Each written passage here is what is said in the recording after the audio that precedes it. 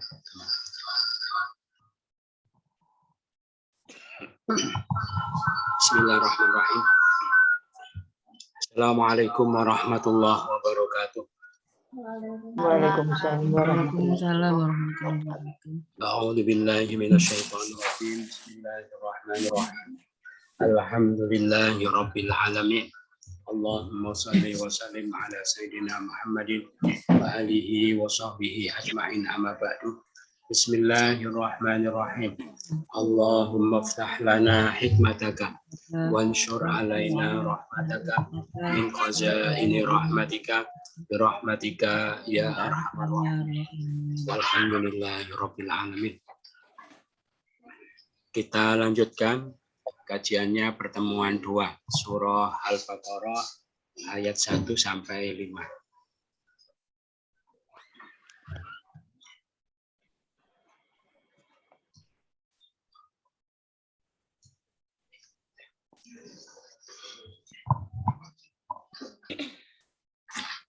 Kita ulang dulu sama-sama pelajaran sebelumnya. Surah Al-Fatihah ayat 1 sampai 7. Monggo kita baca kita terjemah sama-sama. Sama-sama dengan nama Allah yang Maha Pengasih lagi Maha Penyayang. Segala puji bagi Allah, Tuhan semesta alam, yang Maha Pengasih lagi Maha Penyayang, yang memiliki hari pembalasan. Hanya kepada Engkau kami menyembah. Hanya kepada Engkau kami mohon pertolongan. Tunjukilah kami jalan yang lurus. Jalan orang-orang yang beri atas mereka selain yang dimurkai, orang yang dimurkai atas mereka, dan orang-orang yang sesat. Kita lanjutkan materi baru surah Al-Baqarah 1 sampai 5 ya. Seperti biasa sebelum kita mulai dipastikan dulu ya, tidak membawa pulpen. Terus kemudian kalau bawa mushaf yang terjemah itu di sementara lihat laptopnya masing-masing. Kita baca sama-sama. A'udzu billahi minasyaitonir rajim. Bismillahirrahmanirrahim. Alif lam mim. Dzalika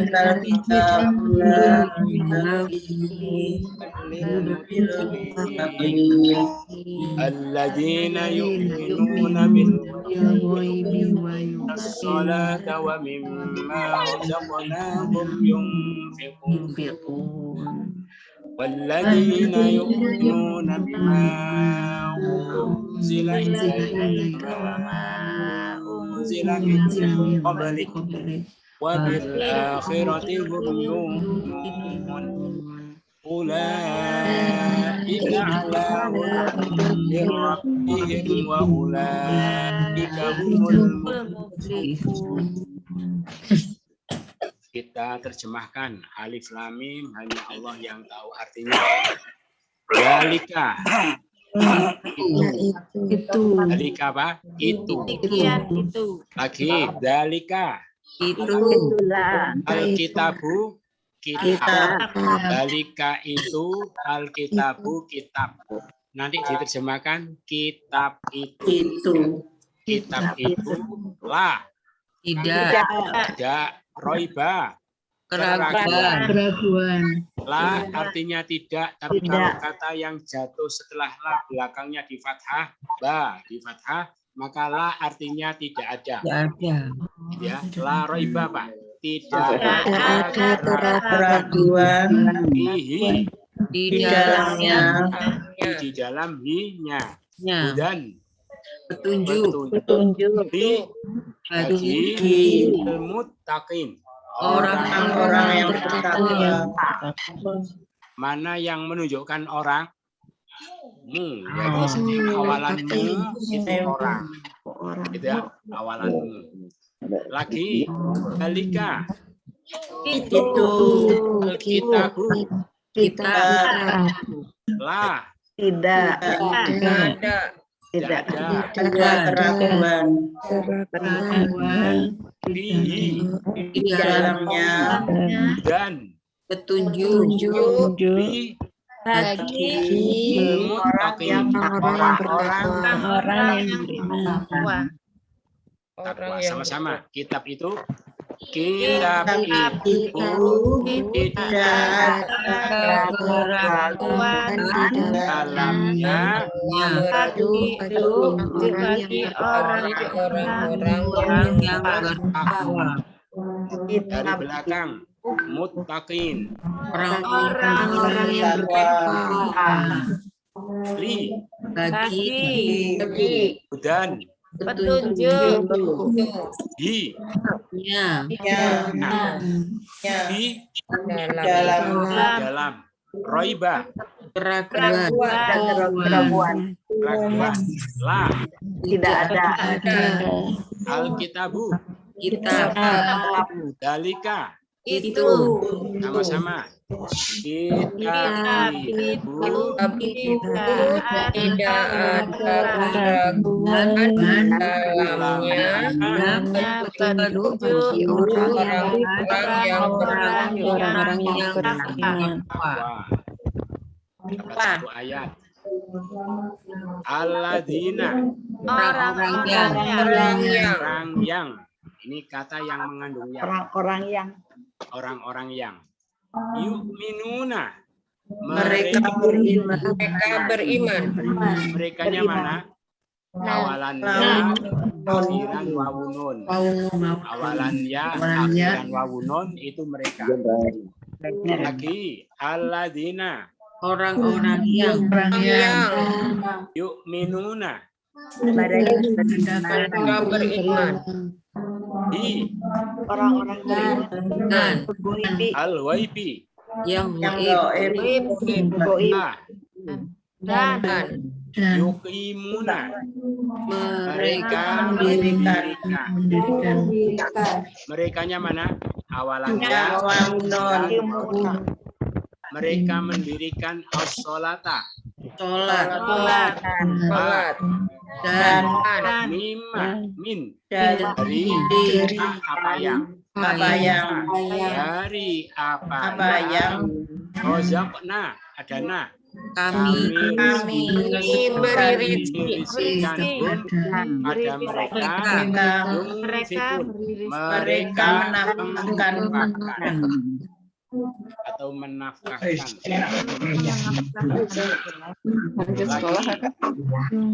alladzina orang-orang yang yu'minuna mereka beriman. al-ghaibi yang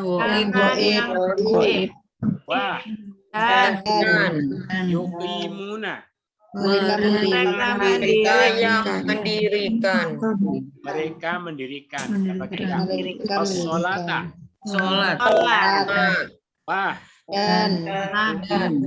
mimma dari apa yang rozaqna kami memberikan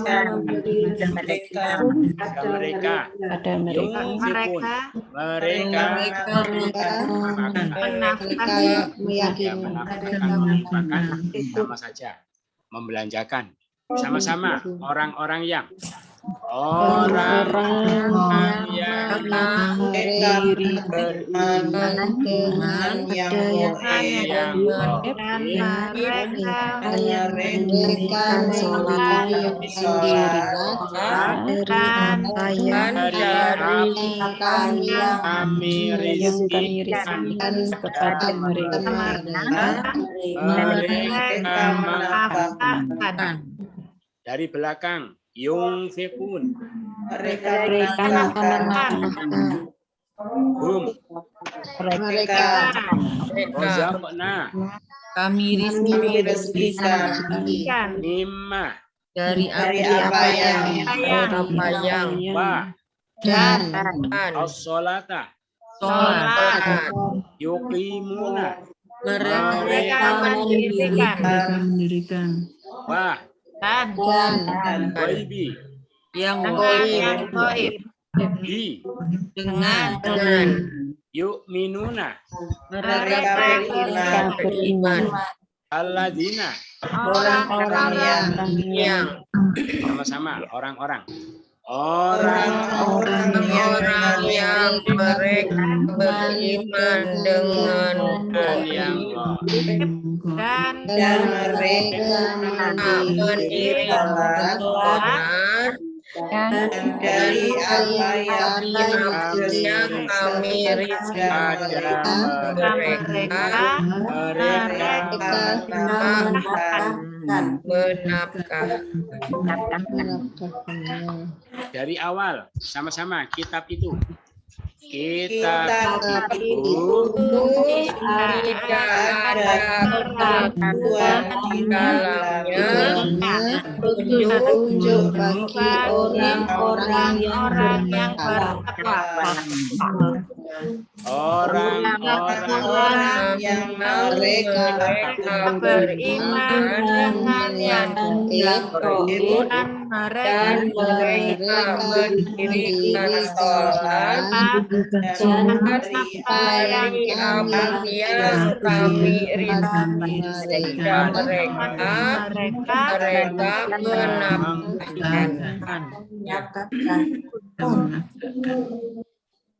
wa dan alladzina orang-orang yang yu'minuna mereka beriman dan bi dengan apa yang unzila diturunkan ilaika pada padamu dan apa yang unzila diturunkan apa yang diturunkan dari belika sebelum engkau dan al-akhirah kehidupan akhir mereka yuqinun mereka meyakini merekanya mana ya wawunun lagi wa dan alladzina orang-orang yang yu'minuna mereka beriman bima dengan apa yang unzila diturunkan ilaika kepada engkau wa dan ma apa yang diturunkan dari belika sebelum engkau engkau dan di dengan hari akhir al-akhirah kehidupan hari akhir mereka mereka meyakini sama-sama dan orang-orang yang dan orang-orang yang mereka beriman dengan apa yang diturunkan pada engkau apa yang diturunkan dari sebelumnya engkau dan di akhir kehidupan akhirat mereka orang yang meyakini dari belakang yuqinun mereka meyakini mereka al-akhirah kehidupan akhirat bi dengan dan qablika belum engkau min dari unzila diturunkan ma apa yang wa dan ilaika pada engkau unzila diturunkan bima dengan apa yang yu'minuna mereka mereka beriman alladzina orang-orang yang wa dan sama-sama dan orang-orang yang mereka dengan apa yang diturunkan kepada engkau apa yang diturunkan dari sebelum engkau dan dengan kehidupan akhirat mereka yang meyakini. kita ulang dari awal sama-sama kitab itu tidak ada keraguan di dalamnya untuk orang-orang yang bertakwa. Orang-orang yang mereka beriman dengan yang goib dan mereka mendirikan sholat dan apa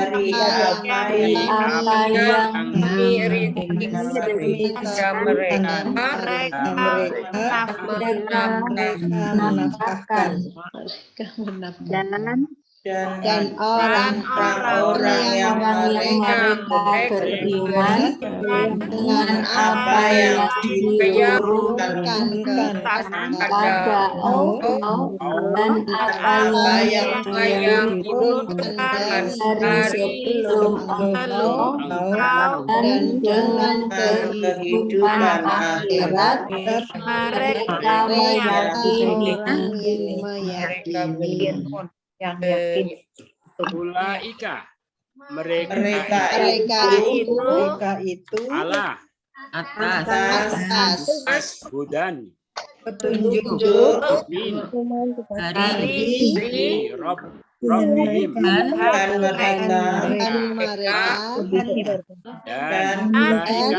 dan mereka itu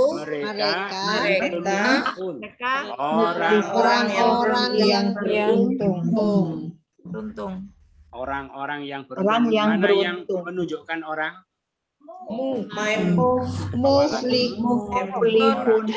Muflihun.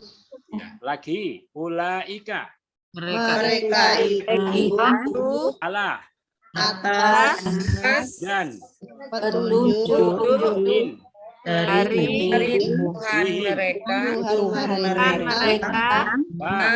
dan ulaika mereka itu mereka orang-orang yang beruntung. mereka orang yang beruntung. kita baca sama-sama mereka itu. Mereka itu atas petunjuk dari mereka dan dari mereka itu mereka orang-orang yang beruntung. Beruntung. Beruntung. Dari belakang al-muflihun. Orang-orang yang beruntung. Hum. Mereka. Ulaika. Mereka itu. Dan Rabbihim. Tuhan Tuhan mereka. Min. Dari Dan. petunjuk Ala. atas Ulaika. mereka itu. Sama-sama mereka itu. Mereka itu atas petunjuk dari Tuhan mereka.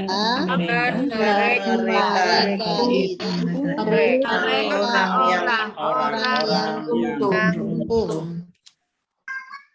Sudah selesai, kita terjemahkan ayat 1 sampai 5. Barangkali ada yang perlu ditanyakan, monggo. Saya Ustaz. Ya, Ya. Untuk ayat 4 Ustaz. 4. Oh ya. Ya. Di situ kan ada kata wabil akhiroti. Ya. Itu kalau diterjemahkan misalnya tanpa kata kehidupan, tetapi hanya akhirat, itu boleh enggak Ustaz? Oh ya. Itu Dan saja. dengan akhirat atau akhirat. Ya betul. Jadi di dalam Al-Qur'an kata kadang disebut akhir, ya. Kadang disebut akhir, kadang disebut akhirah. Gitu ya. Kalau bentuk mudzakkar laki-laki akhir. Kalau bentuk perempuan muannas akhirah, gitu ya. Nah, kalau akhir itu mengandung yaum. Yaumul akhir, hari akhir. Hari Tapi akhir. kalau akhirah mengandung hayat, ya. Hayat artinya kehidupan. Jadi ini kalau disebutkan secara lebih lengkap, wabil hayatil akhirah, dengan kehidupan akhirat. Jadi rohnya itu perempuannya itu karena menjadi sifatnya hayat, ya. Bil hayatil akhirah. Jadi supaya paham, kalau di situ ada kata-kata al hayat maka disebutkan kehidupan akhirat. Gitu ya. Kalau akhir hari akhir. Kalau akhirah kehidupan akhirat. Gitu ya. Iya. Ada Tapi lagi pertanyaan? Di sini kan hanya akhirat saja, Ustadz. Iya. Tulisannya itu. Akhirah. Kenapa kok diperempuankan gitu ya? Bukan bil akhir. Kenapa Ya. kok ditambah dengan kata kehidupan? Itu yang kami tanyakan. Ada akhiroh. Ya. Kok Ya enggak tadi itu. akhirat saja Kalau gitu? akhirah, kenapa kok akhirah bukan akhir gitu ya? Kan perempuan. Karena ada mausuf, ada sesuatu yang disifati yang disembunyikan. Gitu ya. Berarti yang disifati itu perempuan. Perempuan itu apa? Hayat. Gitu ya. Bil hayatil akhirah. Gitu. Jadi kan tidak mungkin diartikan dengan akhir, ya. Dengan perempuan yang akhir kan tidak mungkin, ya. Paham ya? Gitu. Jadi apa yang akhir itu apa? Mungkin hari akhir, mungkin kehidupan akhir. Kalau dengan yang akhir itu kan tidak mungkin, gitu ya. Gitu. Jadi rohnya perempuannya itu karena mensifati apa tadi? Al-hayat, al-hayatil akhirah. Itu bisa juga ad-darul akhirah, boleh. Negeri akhirat, pokoknya yang perempuan. Kemungkinannya 2, negeri akhirat atau kehidupan akhirat. Kehidupan akhirat. Itu maksudnya mungkin pertanyaan kenapa kok hayatnya enggak Kenapa kok ada kata kehidupan itu? Gitu ya. Itu namanya ijaz, ya. Ijaz itu peringkasan Al-Qur'an karena sudah maklum, sudah mafhum, tanpa disebutkan pun semua sudah paham. Gitu ya. Makanya nanti ada al-bayyinat, itu sebetulnya al-ayat al-bayyinat, bukti-bukti kebenaran yang nyata. Tapi ayatnya tidak disebut langsung, bayyinat yang nyata-nyata, perempuan-perempuan yang nyata. Itu ada lagi pertanyaan? Ustaz, Ya, Assalamualaikum Ustaz, ini Mila. Ustaz, kalau undila ilaika, lama undila mengkobrikkan itu berarti kamu, lebih baik mana Ustaz kamu dengan engkau Ustaz? Diturun Oh, iya. kepada kamu. engkau itu lebih memuliakan, gitu ya. Kan untuk Allah ya Masa Ustaz, Allah ya? di kamu? Oh ini Allah ya Ustaz? Allah, ilaika kepada Rasulullah, ya Rasulullah. Allah. Apa benar. yang ditekan kepada kamu, kalau ke Nabi kamu itu kan kurang sopan, ya. Oh, Gitu. iya, Jadi apa kalau Allah ya Ustaz? untuk Ya, ya, ya. Indonesia, kalau engkau lebih memuliakan daripada kamu. Kalau Oh, iya, Arab betul. sama aja, kamu ya ka, engkau ya ka. Jadi kita Iya. menyesuaikan sendiri, ya. Kita yang Untuk Allah menyesuaikan ya, diri Ustaz. itu pakai engkau atau kamu. Andai Iya, nanti ada Ustaz. iblis gitu ya, ya kamu. Oh ya Ustaz, makasih Ustaz. Oke, sama-sama. Ada lagi?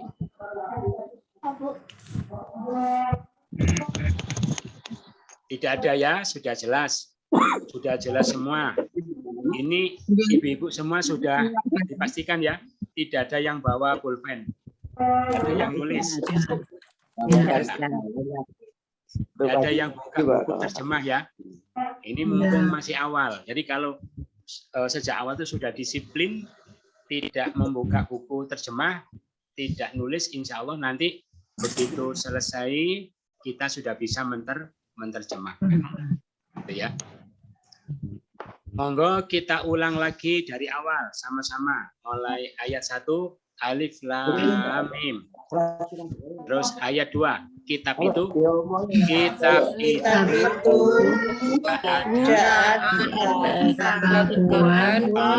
dalamnya petunjuk orang-orang yang terus orang-orang yang mereka beriman dengan yang gaib dan mereka berdiri sholat dari apa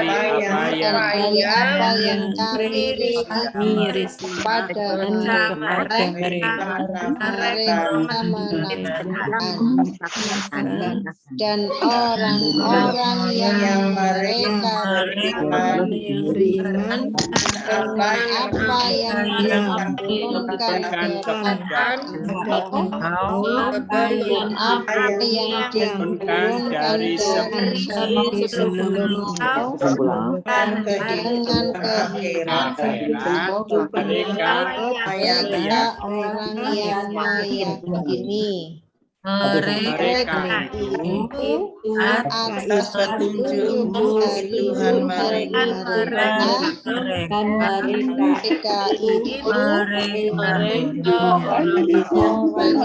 orang-orang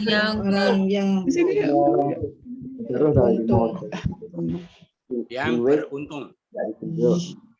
Kita cari kata-kata yang jamak. Ayat 2 ada muttaqin. Artinya apa? Muttaqin. orang yang bertakwa. Itu jamak orang-orang. Kalau satu orang bertakwa, muttaqi. Muttaqi. Perempuan. Muttaqiyah. Taqiyah. Terus ayat ini berapa? 5 ya. Ada muflihun. Artinya apa? orang yang beruntung. Untung jamak. Kalau satu Muflihu. muflih. Kalau perempuan muflihah. Siti muflihah. Ibu yang tadi ulaika apa artinya? Mereka itu jamak. Kalau itu dalika. Jadi ulaika ini bentuk jamak dari dalika. Gitu ya.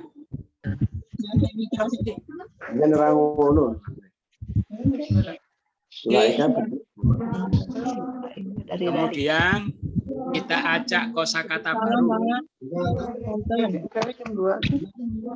Yuqimuna artinya Mereka apa? mendirikan.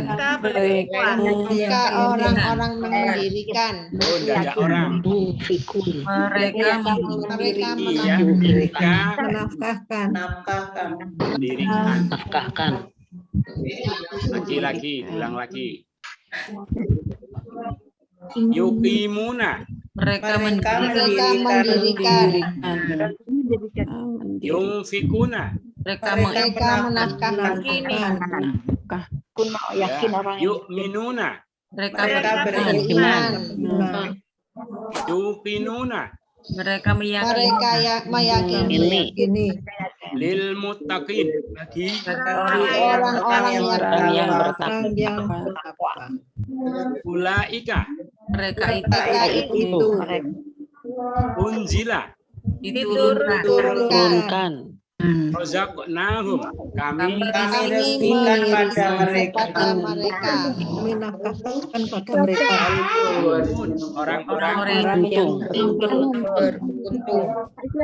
fihi Di dalamnya dalika itu lima dari apa yang di apa yang hudan tunjuk ghaibah raguan keraguan lika sebelum engkau ilaika kepada engkau yuqimuna mereka mendirikan mereka mendirikan mereka mendirikan yunfikuna mereka yu'minuna mereka beriman. orang yang beriman. mereka yuqinuna mereka Mereka yakin. Mereka meyakini Mereka lil meyakini muttaqin bagi orang-orang yang bertakwa. orang yang ulaika Mereka itu unzila diturunkan turunkan. razaqnahum kami Kami memberikan pada mereka. al muflihun orang-orang yang beruntung Mereka beruntung. fihi di Di dalamnya dalamnya dalika itu mimma dari apa yang apa yang hudan petunjuk ghaibah keraguan dalika sebelum sebelum engkau ilaika kepada engkau Pada engkau. lihat di catatan catatan penting.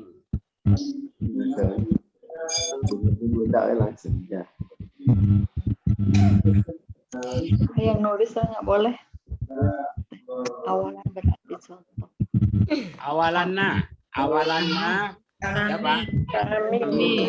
Na'budu artinya kami menyembah nasta'in kami mohon minta pertolongan tolong pertolongan. Ya wawunun siapa? mereka mereka Awalan ya akhiran wawun mereka. waunun Yu'minuna mereka beriman yuqimuna mereka mendirikan yunfikuna mereka mereka menafkahkan yuqinuna mereka meyakini yakun mereka ya, jadi tidak ada orang ya mereka. Kalau awalanmu baru orang muflihun orang-orang yang beruntung. muttaqin orang yang orang yang Bertakwa. mustaqim orang yang lurus orang yang lurus. Cuma kalau ada yang disifati ya pakai orang. Kemarin as-siratal mustaqim, jalan yang lurus. Tapi kalau ada yang disifati al-mustaqim, orang yang lurus. Itu. Terus akhiran ya. Akhiran ka siapa? engkau Qablika ilaika Sebelum engkau. iyyaka ya kepada engkau ya engkau. Akhiran ta sama engkau.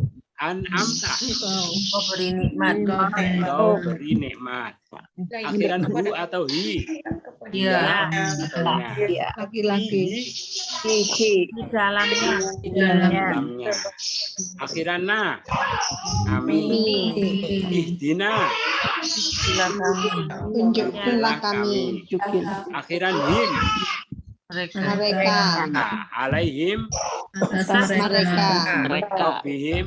Tuhan mereka. Mereka. Tuhan mereka. Kunci-kunci bahasa yang bisa kita ambil pada pertemuan ini.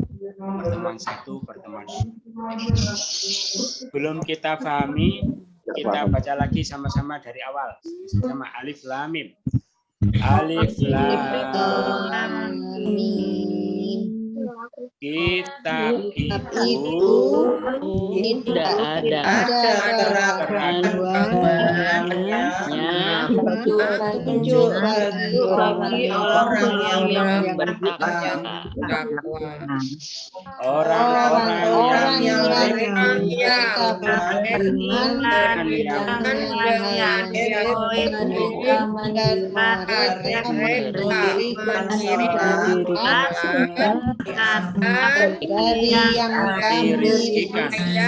kami diberikan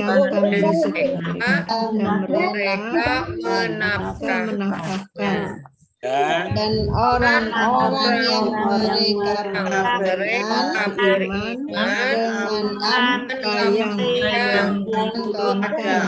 apa yang apa yang diturunkan sebelum dengan kehidupan akhirat mereka meyakini mereka itu atas petunjuk dari Tuhan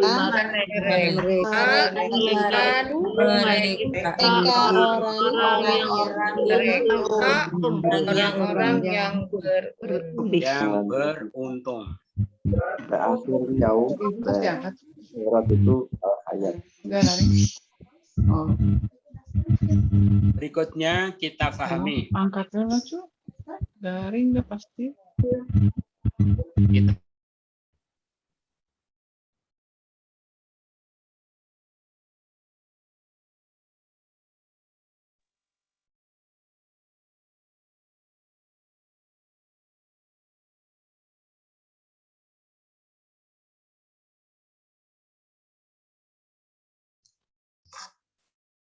Fadilah surah Al-Baqarah. Ini hadis pertama. Ini Rasulullah bersabda, la taj'alu buyutakum maqabir. Kalian jangan jadikan rumah kalian kuburan. Inna syaitana yanfiru minal baitil ladzi tuqra'u fihi suratul Baqarah. Setan itu lari dari rumah yang dibacakan di dalamnya surah Al-Baqarah. Karena surah ini termasuk surah yang ditakuti oleh setan, ya. Jadi bisa untuk mengusir setan, maka rumah yang dijauh setan adalah rumah yang di rumahnya banyak dibacakan surah Al-Baqarah. Ini hadis kedua. Iqra'ul Qur'an, bacalah Al-Qur'an. Fa innahu ya'ti yaumal qiyamah syafi'an li ahli. Quran itu akan datang pada hari kiamat untuk memberi syafaat kepada ahli Quran, ya. Ahli Quran itu berarti orang yang sering membaca Al-Quran, gitu. Sering mengkaji Al-Quran, sering membaca Quran, dia paham Al-Quran, dia termasuk ahli Quran, nanti akan dapat syafaat pada hari kiamat. Nah, secara khusus Iqra'uz Zahrawain, bacalah 2 surah yang bercahaya, gitu ya. Apa? Al-Baqarah wa Alu Imran, yaitu surah Al-Baqarah dan surah Ali Imran. Ini dikhususkan, menunjukkan kemuliaan 2 surah itu melebihi surah-surah yang lain. Kenapa? Karena sesungguhnya surah itu nanti akan datang pada hari kiamat, seakan-akan keduanya itu dua kumpulan mendung, awan, atau seakan-akan 2 kumpulan burung yang mengepakkan sayapnya, yang menghujah, yang membela kepada orang yang suka membaca Al-Baqarah dan surah Ali Imran. Terus dikhususkan lagi, jadi pertama kita suruh baca Quran. lebih khusus lagi Al-Baqarah sama Ali Imran. Terus dikhususkan lagi surah Al-Baqarah, ya. Iqra'u surat Al-Baqarah. Bacalah surah Al-Baqarah, fa inna akhdaha barokah. Mengambilnya adalah barokah. Ya. Jadi insya Allah Bapak-bapak, ibu-ibu yang istiqomah membaca, mengkaji, mempelajari, gitu ya. Syukur kalau hafal itu mesti dia akan mendapatkan banyak keberkahan. Mengambilnya adalah barokah, watarkuha hasroh. Meninggalkannya, mengabaikannya adalah penyesalan. Jadi ketika sudah tahu di sana kefadilahnya, maka dia akan menyesal. Wala tastati'uhal baqalah. Tidak akan mampu menguasainya para tukang sihir. Jadi kedua surah Al-Baqarah itu tidak bisa dikalahkan oleh tukang sihir. Makanya kalau ada orang Muslim itu kena santet, kena gendam, kena guna-guna, gitu ya, itu sebetulnya salahnya sendiri. Berarti dia itu jarang baca surah Al-Baqarah. Ya, jadi Al-Quran itu terutama surah Baqarah tidak bisa dikalahkan oleh para tukang sihir. Gitu. Itu sedikit tentang fadilah surah Al-Baqarah. Nah, sekarang kita masuk ke ayat, ya. Sebentar, tentang nama dulu. Surah ini dinamakan surah Al-Baqarah. Dinamakan surah Al-Baqarah artinya yaitu seekor sapi. Seekor sapi. Dinamakan surah Al-Baqarah atau surah sapi. Kenapa? Karena di dalam surah ini nanti ada kisah penyembelihan seekor sapi untuk mengungkap suatu peristiwa pembunuhan yang terjadi pada zaman Nabi Musa, ya. Untuk mengenang mukjizatnya Nabi Musa yang disebutkan di dalam surah ini, maka surah ini tidak dinamakan surah Al-Baqarah. Kemudian surah Al-Baqarah ini diawali dengan alif lam mim. Alif lam mim, alif digabung dengan lam, digabung dengan mim. Ini kalau istilah Arabnya disebut al-huruful muqatta'ah, huruf yang terpotong-potong. Jadi terpotong-potong huruf ditata, tetapi tidak menjadi suatu kata. Gitu ya. Coba kalau kata ba, dakhala, rozako, ditata menjadi kata. Ini huruf-huruf ditata, tapi tidak menjadi suatu kata. Namanya huruf yang terpotong-potong, dan banyak surah-surah yang lain seperti ini. Ada Yasin, ada Toha, ada Hamim. Malah ada satu huruf, Nun. Gitu ya. Ada apa lagi? Kaf, ha, ya, ain, shad.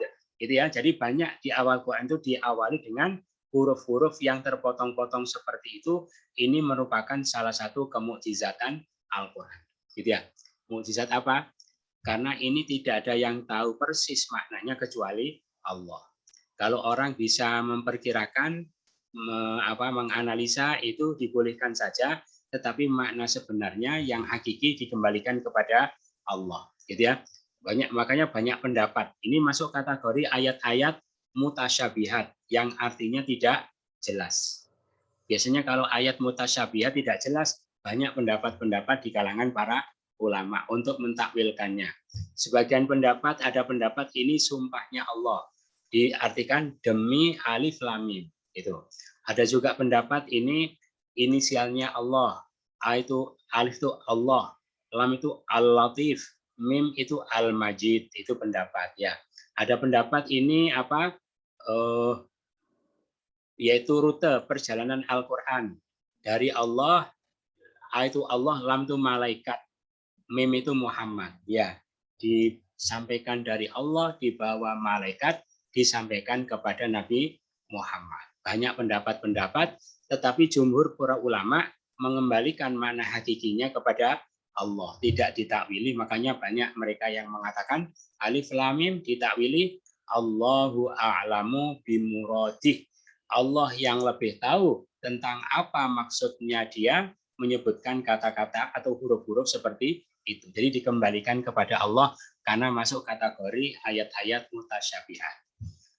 Tetapi kalau dimaknai seperti itu timbul pertanyaan. Nah, kalau memang manusia tidak ada yang tahu pasti tentang makna alif lam mim, padahal Quran itu diturunkan untuk manusia, gitu ya. Nah, terus manusia tidak ada yang tahu pasti tentang maknanya. Terus untuk apa huruf-huruf seperti ini disebutkan di dalam Al-Quran, ya. Tapi jadi walaupun manusia tidak tahu pasti makna yang sebenarnya, tetapi ada hikmah. ada hikmah yang bisa diambil dari dituliskannya beberapa huruf tersebut. Di antaranya, ya, hikmah dimulainya beberapa surah dengan huruf-huruf tertentu. Di antaranya yang pertama untuk membuka atau memancing perhatian orang kafir agar mau mendengarkan Al-Quran.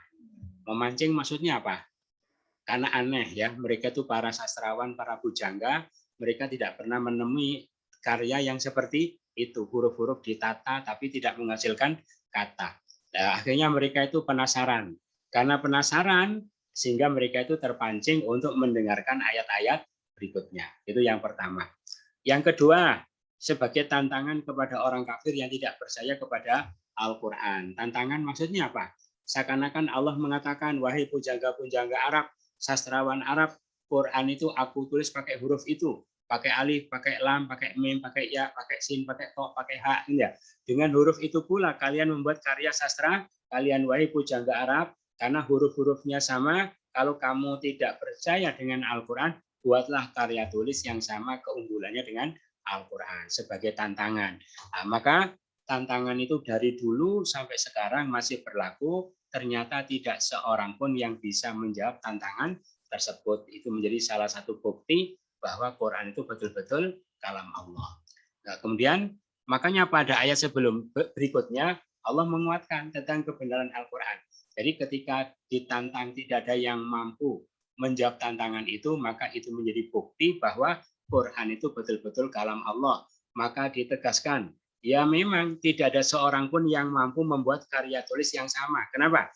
Karena kitab itu, Quran ini, tidak ada keraguan di dalamnya, petunjuk bagi orang-orang yang bertakwa. Jadi di antara ketidak ada keraguannya apa? Tidak ada seorang pun yang tidak bisa membuat tandingan ya dengan Al-Quran. Andaikan ada tandingan Al-Quran, dijamin semua orang ragu-ragu. Betulkah Quran itu memang kalam Allah? Jangan-jangan buatan Muhammad gitu ya. Kalau memang kalam Allah, kenapa ada yang bisa menandingi gitu ya? Maka tidak adanya yang menandingi itu, maka menjadi bukti yang kuat bahwa memang dia itu betul-betul kalam Allah. Gitu. Cuma yang dipertanyakan, Allah berfirman dalam ayat ini, kitab itu. Kitab itu kan kata tunjuk jauh. Gitu ya. Padahal Qurannya dekat. Apalagi Nabi dengan Quran itu dekat. Qurannya itu ada di dalam dadanya. Gitu ya. Kalau kita belajar Quran seperti ini, Qurannya juga dekat kepada kita. Makanya mestinya tidak pakai itu, pakai hadza, kitab ini. Makanya walaupun dalika di terjemah depak itu mesti diterjemahkan kitab ini. Padahal ini itu hadza. Kalau itu apa, dalika itu. Nah, kenapa kok diterjemahkan ini? Karena walaupun Allah pakai dalika, para mufasir itu paham. Yang dimaksud itu bukan itu, tapi ini. Gitu ya. Karena memang posisinya dekat ya. Nah, tapi kenapa enggak pakai hadza? Padahal posisinya dekat. Itu adalah untuk mengagungkan atau menunjukkan ketinggian derajat Al-Quran. Gitu ya. Itu saking tingginya. Ya, termasuk gaya bahasa Arab itu seperti itu. Mungkin di Inggris ada seperti itu. Kalau bahasa Jawa ada, ya.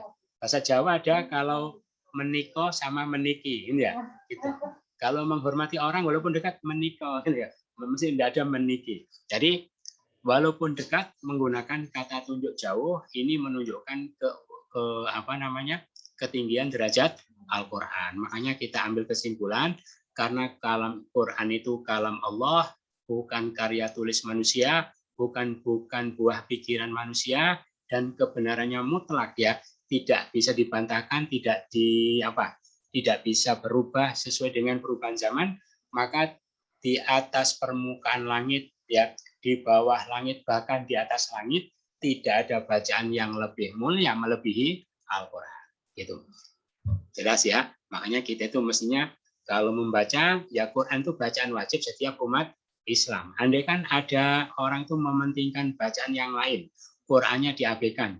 Memang kamu yakin kalau bacaan itu lebih mulia daripada Al-Quran, lebih penting daripada Al-Quran, lebih menjamin keselamatan kebahagiaan daripada Al-Quran. Paham ya? Berarti kalau ada orang itu seperti itu, berarti orang itu sudah diakui atau tidak, atau sudah terbujuk ya, sudah dipalingkan pikiran dan hatinya. Padahal kalau dia ditanya secara jujur, pasti mengatakan tidak ada bacaan yang lebih mulia, lebih penting untuk dikaji selain Al-Quran. Gitu ya.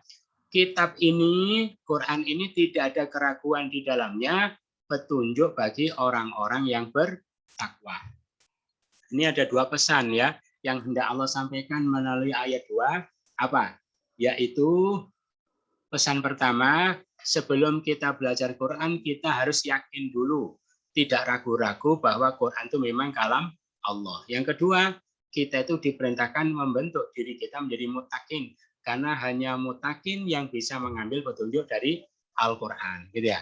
Itu. Jadi kita itu kalau belajar Quran, jangan belajar dulu, jangan kaji Quran dulu sebelum kita yakin memang Quran itu kalam Allah.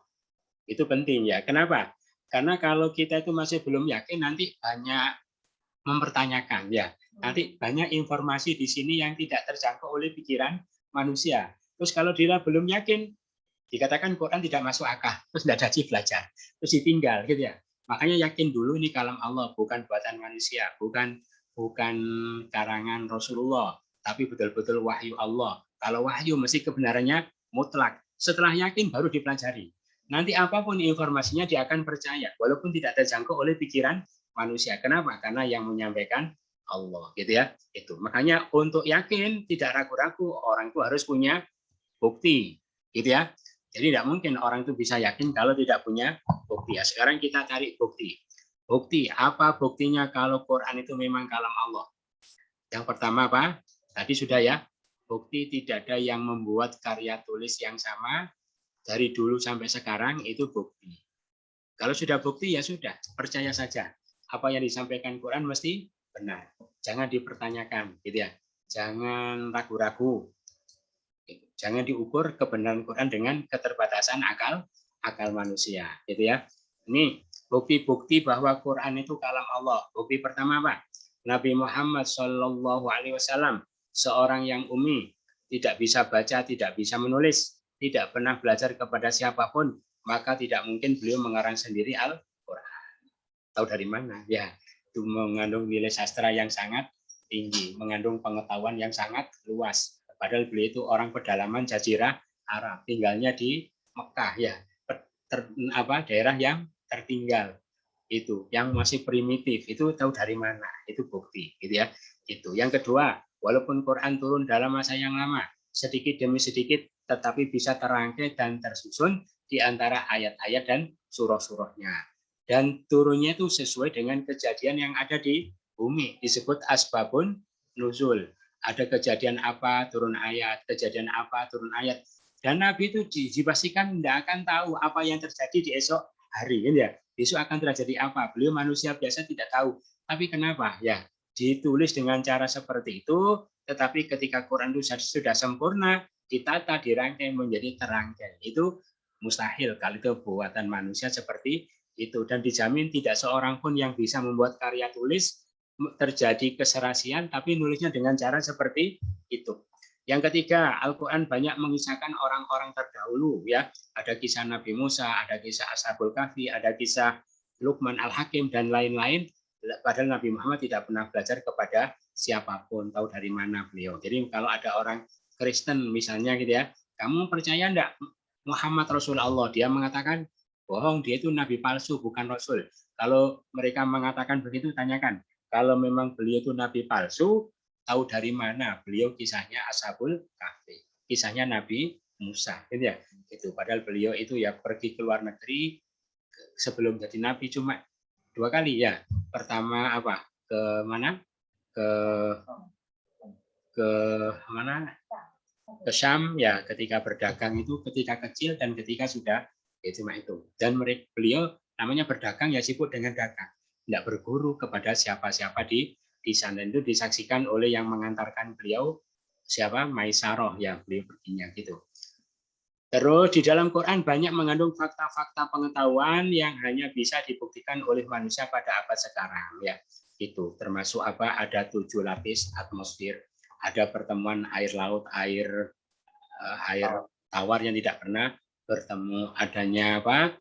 Adanya sungai di dasar lautan, terus bumi berputar ya, itu watarul jibala tahsabuha jamidatan wa yatamur rumar rosa, bumi itu berputar. Itu orang dulu kan enggak tahu kalau bumi itu berputar ini ya. Dikira matahari yang mengitari. Loh, terus tahu dari mana kok bisa? Andaikan Quran itu gimana? Karya beliau mesti sesuai dengan pola pikir orang di zaman itu, gitu ya. Kenapa orang di zaman itu belum paham, orang sekarang baru paham? Itu bukti ya. Makanya kalau sudah terbukti 100% kita yakin betul-betul kalam Allah, maka pikiran kita, hati kita semua tunduk kepada semua informasi yang disampaikan oleh Al-Quran. Ini sumbernya dari Allah. Walaupun kita tidak menjangkau akal kita, pasti benar, gitu ya. Jangan dipertanyakan lagi, berarti mempertanyakan Allah. Paham ya? Gitu. Terus kita hubungkan dulu ya, kita hubungkan dulu surah Al-Baqarah ini dengan surah Fatihah kemarin. Tadi dibilang terangkai ya, antara surah-surahnya, antara ayat-ayatnya. Apa hubungan surah Fatihah dengan awal surah Al-Baqarah? Apa hubungannya kira-kira? Oh ini, oh enggak jawab ya. Yang jawab di sini.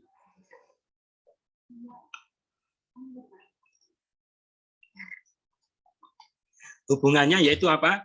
Setelah surah Al-Fatihah kemarin kita berdoa.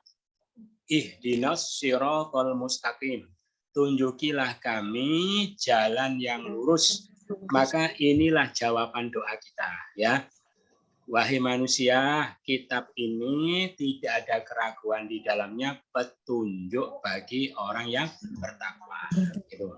Wahai manusia, kamu minta petunjuk, berdoa ihdinas siratal mustaqim. Ini loh petunjuknya ya. Kitab tidak ada keraguan. Paham ya? Gitu. Jadi ini adalah jawaban Allah atas doa kita. Berarti bagaimana? Berarti kalau kita dapat petunjuk, ingin dapat petunjuk gimana? Berdoa dan usaha. Doanya ihdinas siratal mustaqim. Usahanya pelajari Al-Qur'an ya, kaji Al-Qur'an, pahami, tadaburi Al-Qur'an. Insya Allah tidak akan sesat dunia akhirat ya. Mungkin Bapak-bapak, Ibu-ibu pernah ada kabar atau berita ya, ada orang itu ahli jamaah, ahli sholat.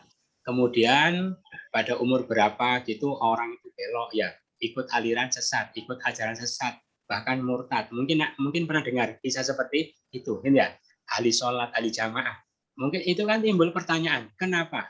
Katanya Allah berfirman, ud'uni astajib lakum. Berdoalah kepadaku, aku akan kabulkan. Sementara orang ahli sholat, apalagi ahli jamaah, setiap sholat mesti berdoa, ihdinas siratal mustaqim. Ihdinas sampai satu hari minimal berapa? 17 kali loh. Kenapa? Doanya tidak dikabulkan. Kenapa? Ya, maka di antara alasannya karena orang itu berdoa saja, tetapi tidak berusaha, gitu ya. Ya minta dia, tapi Qur'annya tidak dia pelajari. Maka itu Allah anggap dia tidak serius di dalam berdoa. Karena minta-minta, tetapi dikasih tidak mau.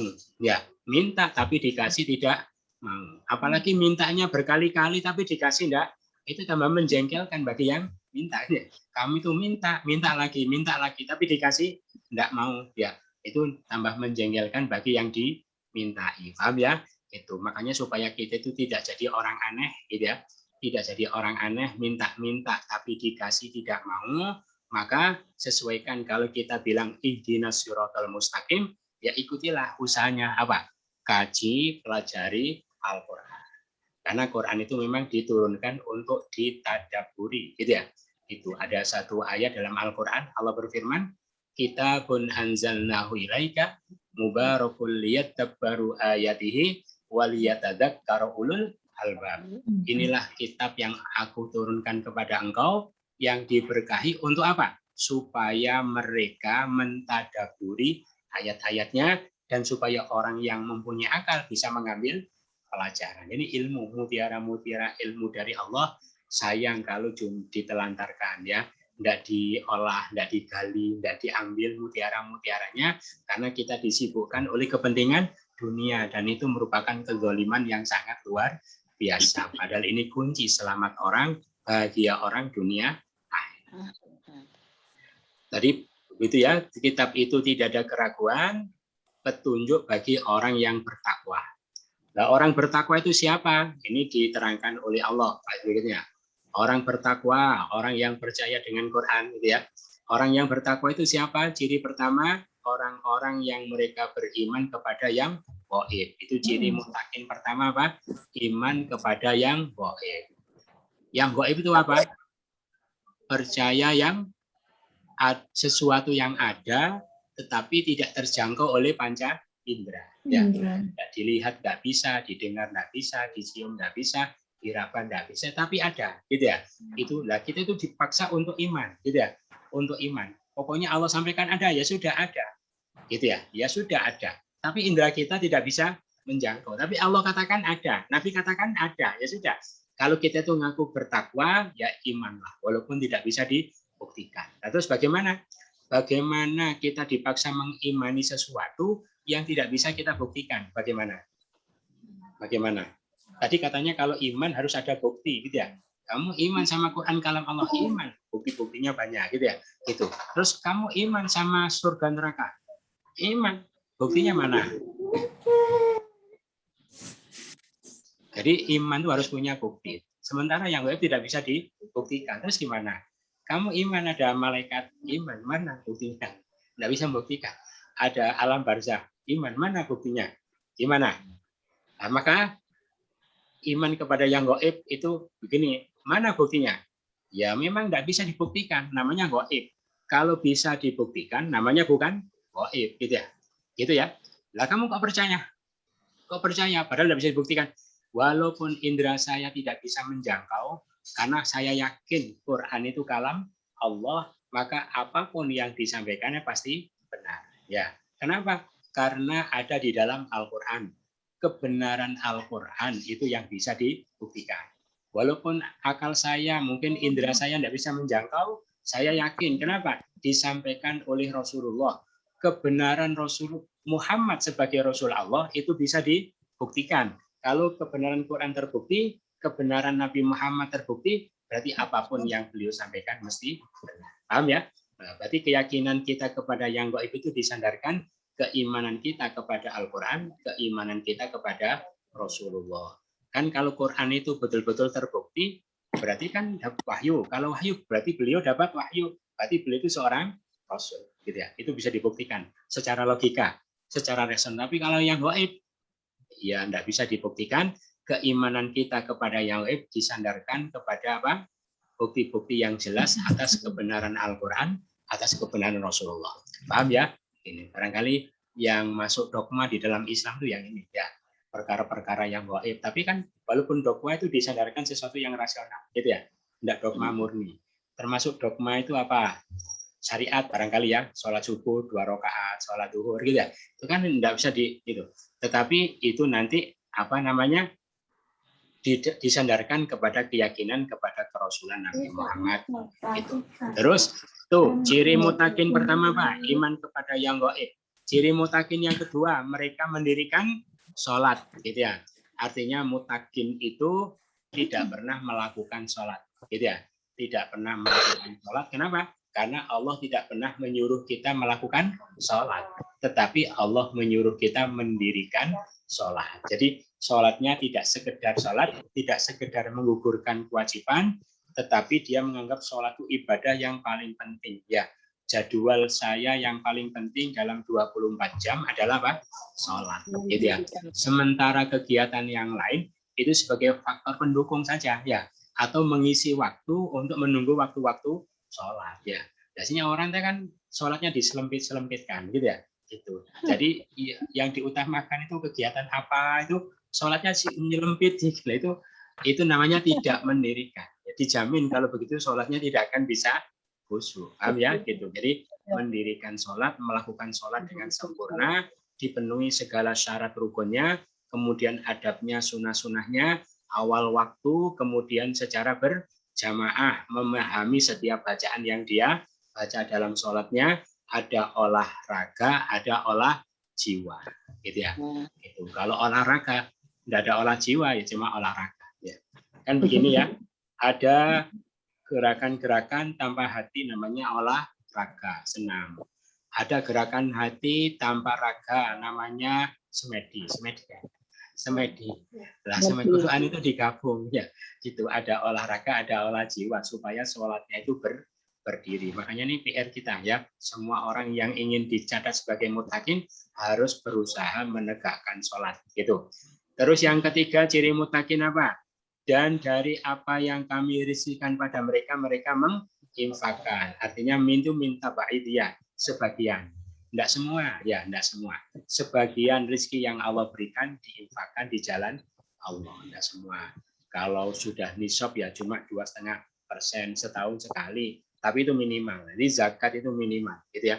Gitu. Terus kalau setiap punya kelebihan, tidak semua dimanfaatkan sendiri, ada yang disisakan. Jadi intinya apa? Muttaqin itu punya kepedulian kepada orang lain dan mempunyai sifat dermawan, gitu ya. Itulah muttaqin. Iman pada yang gaib, sholatnya selalu berdiri, ditegakkan, dan punya kepedulian, punya sifat dermawan kepada orang lain, tidak egois, tidak mementingkan diri sendiri. Tuh, kemudian apalagi ciri muttaqin? Yaitu muttaqin itu, wahai Nabi, orang-orang yang iman kepada kitab yang diturunkan kepada engkau, yaitu iman kepada Al-Quran, dan iman kepada kitab yang diturunkan sebelum engkau. Artinya semua kitab diimani. Maka kita itu jadi mukmin kalau semua kitab kita imani. Kita dilarang, diharamkan membeda-bedakan Rasul Allah, membeda-bedakan kitab Allah. Satu diimani, satu dikufuri, gitu ya. Gitu. Jadi semua kita imani. Pengertian imannya apa? Allah punya kriteria, ya. Nanti disebutkan di ayat yang lain, alladzina atainahumul kitaba yatslunahu haqqa tilawatih ulaika yu'minuna bih. Orang yang aku berikan kitab, mereka sudah baca kitabnya itu dengan sebenar-benar bacanya, mereka itulah orang yang beriman padanya. Jadi kita itu supaya jadi mukmin kepada kitab Allah, kita harus membaca Al-Quran dengan haqqut tilawah, sungguh-sungguh, gitu ya. Seperti tadi kita tidak disuruh melakukan sholat, tetapi menegakkan sholat. Kita tidak diperintahkan membaca Quran, tetapi membaca Quran dengan sebenar-benar bacaannya. Paham ya? Kalau kita ingin dicatat orang yang beriman kepada kitab Allah, dicatat oleh Allah sebagai orang mukmin yang akan selamat di dunia dan di akhirat, gitu ya. Lah haqqut tilawah itu apa? Ya, tafsihul lisan bitartil, mulut fasih takdir. Wajtima'ul aqli wal qalbi, dan menggabungkan akal dan hati. Mulut fasih tartil, akal menerjemahkan, hati mengambil pelajaran. Tiga-tiganya itu kerja. Kalau kita sudah terlatih seperti itu, itulah namanya haqqut tilawah, termasuk orang yang mahir, terampil. Nanti dijanji al-mahiru bil Quran ma'as safaratil kiramil baroroh. Nanti akan disejajarkan oleh Allah dengan para malaikat yang mencatat amal, yang berbakti kepada Allah. Itu. Jadi gitu, ini PR kita ya. Pertama supaya jadi muttaqin mungkin pertama. Yang pertama tadi apa?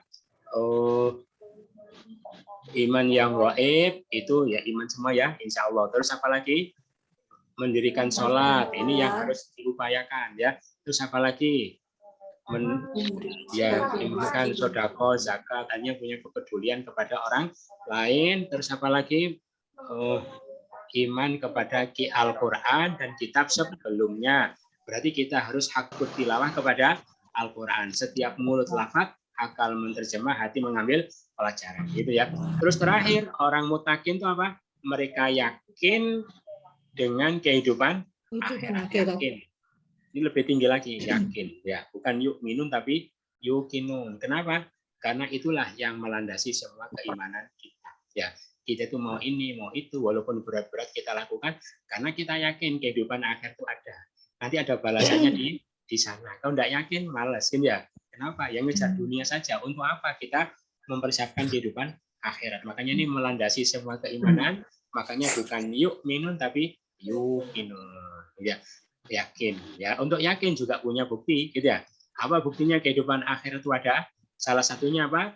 Yaitu bahwa segala apapun di dunia ini mengarah kepada kerusakan. Ya, orang asalnya muda lama-lama jadi tua. Segala sesuatu dibiarkan lama-lama lapuk, lama-lama rusak. Berarti bumi akan rusak, energi matahari akan habis, semua planet-planet akan keluar dari orbitnya serta berakan itulah kiamat. Berarti alam ini pasti akan hancur, akan menjadi kehidupan baru. Di sanalah kehidupan yang sebenarnya. Maka orang cerdas bagaimana? Orang cerdas semua fasilitas yang Allah berikan padanya di dunia itu digunakan semaksimal mungkin untuk mendapatkan kemuliaan akhirat. Karena kehidupan dunia itu sarana saja, tahapan. Kehidupan sebetulnya adalah akhirat, buah dari amal kita di dunia. Makanya susah dunia tidak apa-apa, menderita dunia tidak apa-apa, yang penting untuk akhirat. Sekarang kan proses, bukan hasil. Ya, yang kita raih apa? Hasil, yaitu apa? Kemuliaan akhirat. Itu yakin dengan kehidupan akhirat, itulah orang-orang yang bertakwa. Kalau semua ciri-ciri orang yang bertakwa itu sudah ada pada diri kita, mereka itu orang-orang yang punya ciri-ciri mutakin itu, itulah orang yang berada di atas petunjuk dari Tuhan mereka, dan mereka itulah orang yang beruntung, gitu ya. Jadi begini, kita kemarin kita berdoa ihdinas siratal mustaqim. Terus Allah tunjukkan kamu ingin dapat petunjuk, ini loh Quran harus kamu pelajari. Terus sampai kapan kita itu ya? Sampai kapan? Apa tanda-tanda bahwa kita itu sudah dapat petunjuk ya, bahwa yang kita minta sudah dapat? Kalau kita mempunyai kriteria yang disebutkan tadi, berarti petunjuk itu sudah kita dapatkan, gitu ya. Gitu. Makanya usaha dan doa. Kalau sudah dapatkan, berarti dia itu orang yang sukses. Sukses menjadi muflihun itu mendapatkan apa yang diharapkan, berarti itu sukses. Gitu ya. Untung itu artinya dia ingin apa tercapai. Jadi orang yang sukses mendapatkan kehidupan, kebahagiaan dunia dan akhirat. Jadi ini Allah tunjukkan petunjuk itu apa, sekaligus Allah tunjukkan kriteria bahwa orang itu memang sudah dapat petunjuk. Ya. Nah, kita itu mengaku belum dapat. Kenapa? Rata-rata tadi itu loh, mendirikan sholatnya masih ya. Terus termasuk iman kepada kitabnya juga belum ya. Banyak orang baca-baca tapi ya tidak paham. Boro-boro menghayati, hatinya itu tidak tahu ya. Gitu. Jadi itu dua itu yang wajib masih kita upayakan. Jadi mumpung masih Allah kasih kesempatan, masih dikasih umur, ya kan hidup hakiki itu hidup akhirat. Ya. Itu yang disampaikan. Ada pertanyaan? Saya Ustaz. Ya, monggo. Ini menyangkut ayat 3 dan 4 Ustaz. 3, 4 ya. 3 dan 4. Pertanyaan kami yang pertama adalah kita harus beriman dengan yang gaib.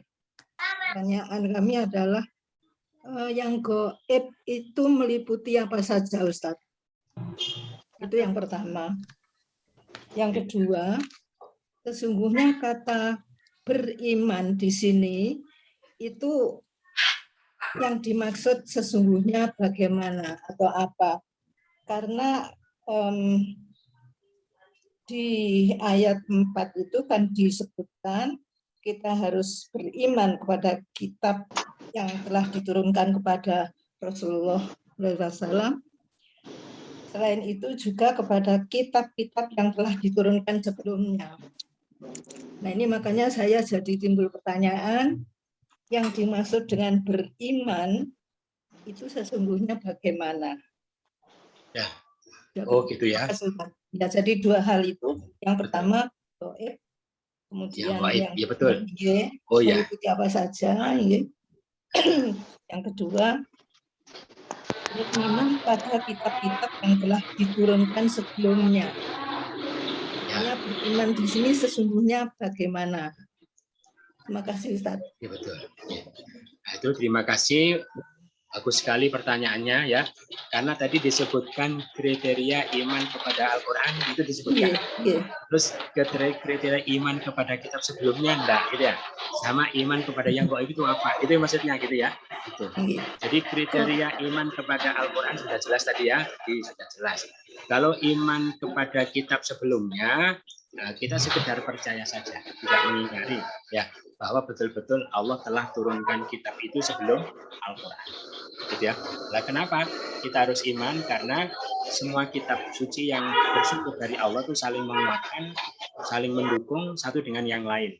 Kalau kita andaikan iman sama Quran, tapi tidak iman kepada kitab sebelumnya, maka kekufuran kepada kitab sebelum itu bisa mengarahkan kekufuran juga kepada Al-Quran, kepada Rasulullah ya. Karena ciri-ciri Nabi terakhir itu ada di dalam kitab-kitab sebelumnya. Paham ya? Jadi gitu. Jadi kalau kriteria iman kepada Al-Quran jelas tadi, kriteria iman kepada kitab sebelumnya sekedar kita percaya bahwa semua kita itu memang dari Allah, sudah cukup itu ya, karena kita tidak ikut syariat yang ada di sana, gitu ya. Gitu. Terus sekarang kriteria iman kepada yang gaib, gitu ya.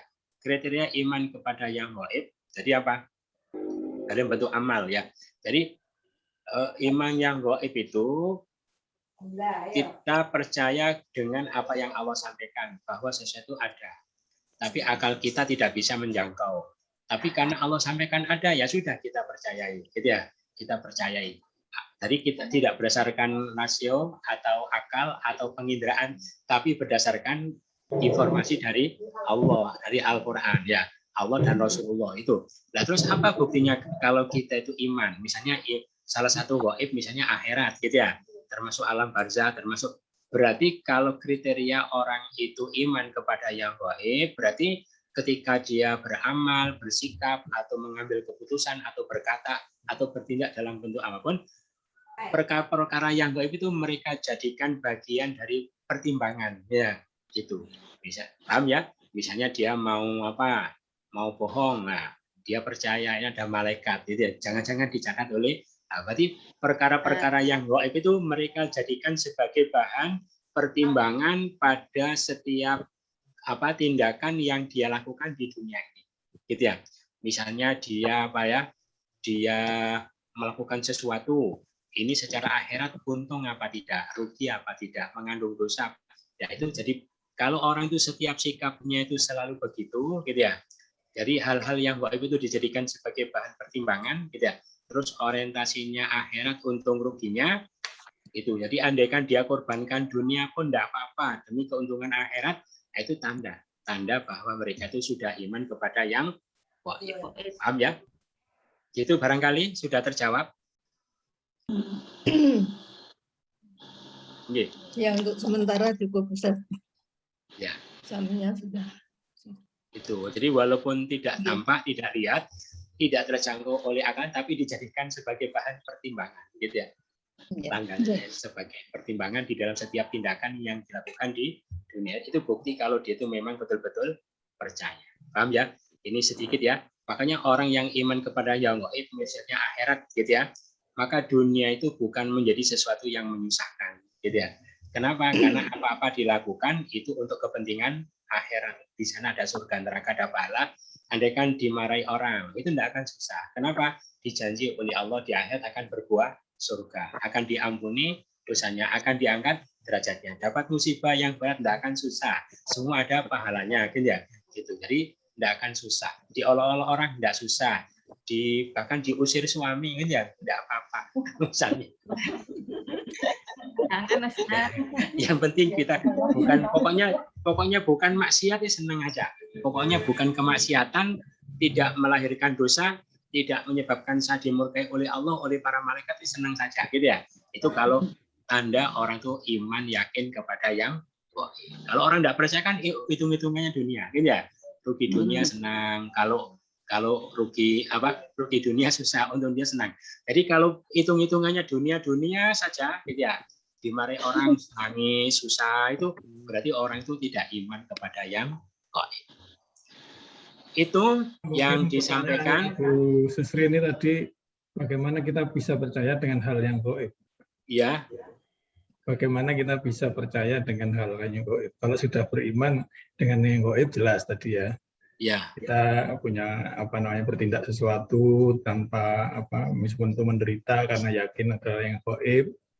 Tapi kalau bagaimana kita bisa percaya dengan sesuatu yang tidak bisa kita lihat? Nah, sesungguhnya. Kayaknya pertanyaannya Bu Susri ini ke sana. Iya. Meliputi. Bagaimana kita percaya? Gitu dah. Kok percaya itu kenapa gitu dah? Kenapa kok percaya? Padahal tidak bisa dibuktikan. Begitu ya? Dalam pengertian saya, gaib itu adalah sesuatu yang tidak bisa dilihat. Iya. Jadi misalnya ini Allah itu tidak bisa dilihat, tapi iman gitu. Kemudian malaikat kita tidak bisa lihat. Rasulullah kita juga tidak lihat, tetapi kita percaya, kita iman kepada hal itu gitu. Lain apalagi yang termasuk gaib itu Ustadz sesungguhnya pertanyaan saya. Oh, itu. Apa saja gitu ya? Inge, Apa saja? Ya perkara-perkara yang Allah sampaikan ada. Apapun yang Allah sampaikan, Rasul sampaikan, sesuatu itu ada, tetapi indera kita tidak bisa menjangkau. Itu namanya gaib. Apa saja yang Allah sampaikan itu ada. Rasul katakan itu ada, tetapi indera kita tidak bisa menjangkau. Itu namanya gaib. Itu ya, itu. Kalau apa saja gitu ya. Ya kalau contohnya dari itu masuk malaikat itu. Termasuk surga neraka itu juga. Kenapa? Iya, surga neraka, Iya, malaikat, ada mizan, ada mahsyar. Semua itu gaib. Kita kan akal kita tidak menjangkau, ya indera kita tidak menjangkau. Tetapi Allah katakan ada, Rasul katakan ada. Itu namanya gaib. Itu. Tadi atau mungkin caranya Ustadz tadi, Ustadz. Jadi ya. Al-Quran itu satu satu kitab yang terbukti kebenarannya. Ya, sebagai dalam bentuk bayinah itu kan. Dibandingkan dengan kitab-kitab yang lain, ternyata hanya Al-Quran yang terbukti asli, terbukti benar ya. Sehingga kita yakin bahwa ini sebuah kebenaran. Ya. Apapun yang dikatakan Al-Quran, maka ya biarpun yang gaib maupun yang syahadah itu kan kebenaran yang hakiki gitu. Sehingga dasarnya iman. Karena sebetulnya pada ilmu pengetahuan pun sama, Ustadz. Ilmu pengetahuan pada hari ini kita tidak pernah bisa melihat namanya virus. Virus itu tidak pernah dilihat, Pak Ustadz. Tapi kita dengan metodologi, dengan mikroskop, dengan PCR, akhirnya dikatakan itu ada. Padahal kita tidak ada orang yang bisa melihat dengan mata telanjang itu. Jadi itu hanya kata orang sebetulnya. Tapi bisa kita percaya dengan hal yang gaib itu menurut saya. Virus itu kan kalau dengan mata kepala kita sendiri sebetulnya kan gaib itu, Ustaz. Nah, ini tadi sudah disampaikan itu ya. Jadi keimanan kita kepada yang gaib disandarkan kepada kebenaran Al-Qur'an. Nah, itu kuncinya, Ustaz ya. Itu kebenaran Quran terbukti, kebenaran Nabi Muhammad Rasul terbukti, maka apapun yang beliau sampaikan pasti benar, gitu ya. Tapi kalau disamakan dengan apa tadi, virus atau vitamin, itu kan bisa dideteksi kali itu ya. Kita mendeteksi surga neraka gimana? Makanya sama saja Al-Quran kan juga bisa dideteksi. Kenapa? Bayinah itu kan terdeteksi. Akhirnya kita percaya benar, padahal kita tidak pernah bisa melihat Al-Quran. Virus itu tidak pernah, tidak ada manusia bisa melihat virus. Tapi kita ngomong itu dideteksi benar. Itu kan menurut saya itu bayinah, itu bagian dari bayinah. Ini aja, Ustaz. Itu ya. Informasi. Itu barangkali yang bisa disampaikan. Mudah-mudahan bermanfaat. Kurang lebihnya mohon maaf. Kita bersama-sama. Subhanakallahumma wa bihamdika astaghfiruka wa atubu ilaik. Assalamualaikum warahmatullahi wabarakatuh. Waalaikumsalam. Terima kasih Ustaz. Sama-sama. Jazakallahu khairan Ustaz. Kita bersama Bu Dalis. Assalamualaikum. Terima kasih semuanya.